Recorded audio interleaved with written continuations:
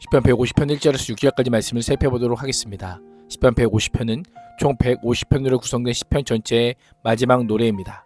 시인은 찬양할지어다라고 표현을 반복하므로 누구를 찬양할 것인지, 왜 찬양해야 하는지, 어떻게 찬양하는지, 누가 누구를 찬양할 것인지를 구체적으로 언급합니다.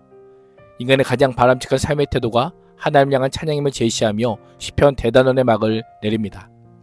1절은 찬양의 장소입니다. 시인은 할렐루야 그의 성소에서 하나님을 찬양하며 후에 권능의 궁창에서 그를 찬양할지어다라는 표현을 통해 찬양을 촉구하되 찬양의 대상과 찬양의 장소를 부각시킵니다. 한글 성경에는 번역되지 않았지만 찬양의 대상이신 하나님을 두 가지로 표현하여 강조합니다. 첫째, 할렐루야라는 표현에는 너희들은 여호와를 찬양하라라는 의미가 담겨져 있습니다. 찬양의 대상 첫 번째는 여호와입니다. 여호와는 문자적으로 자존자, 즉 스스로 계신 자라고 하는 의미입니다. 하나님의 백성과 언약을 맺으시고 그 언약을 신실하게 지키시는 분이심을 강조하며 그 하나님을 찬양할 것을 명령합니다. 찬양의 두 번째 대상은 하나님입니다. 원어로는 엘이라고 하는데요. 엘이란 힘센 것, 우두머리라고 하는 의미로 강하고 전능하신 하나님, 즉 만물을 창조하시고 운행하시며 섭리하신 하나님의 전능성과 하나님의 절대 주권을 강조하는 신명입니다.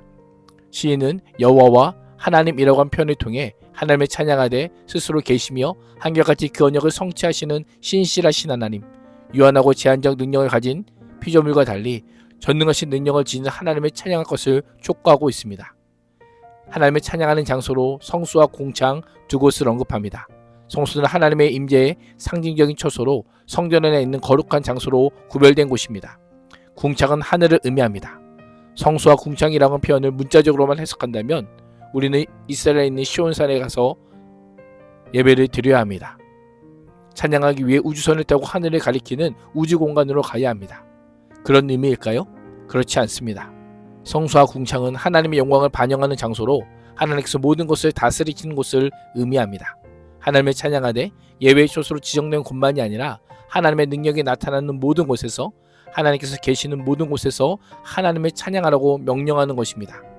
세상 어디서든지 모든 것을 지으시고 다스리시는 여호와 하나님은 찬양을 받으실 합당하신 분이십니다.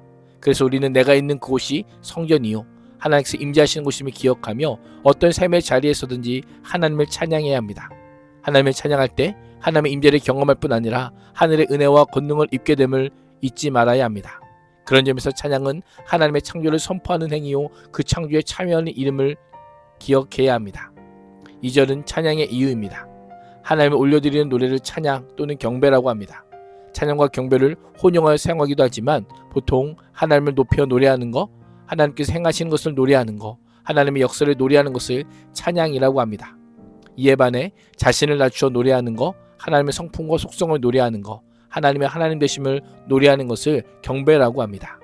2절 상반절은 그의 능하신 행동을 찬양하는 것, 이것은 찬양이라 할 수 있습니다. 하나님의 능하신 행동은 창조는 물론 출애굽과 바벨론 포로기환을 통해 이스라엘에게 선포되었습니다.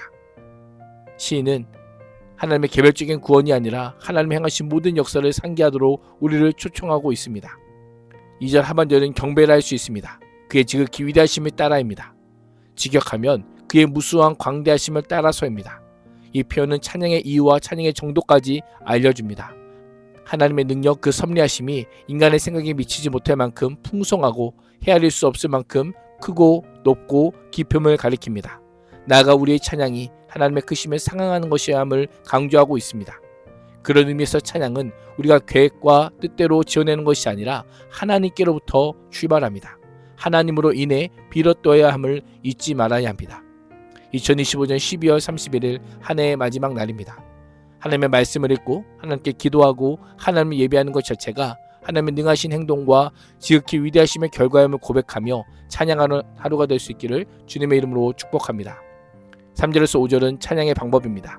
시는 하나님을 나팔과 비파와 수금, 소고와 현악과 퉁소와 큰 소리 나는 재금과 높은 소리 나는 재금과 춤추어 찬양할 것을 요청합니다. 나팔은 짐승의 뿔로 만든 것으로 백성들을 소집하거나 전쟁의 위협을 알려주거나 여호와를 찬양할 때 주로 제사장들이 사용하였습니다. 엄청난 소리를 내어 멀리까지 그 소리가 울려 퍼지는 특징을 가지고 있었습니다. 비파와 수금은 모두 현악기로 주로 레인들이 사용하였습니다.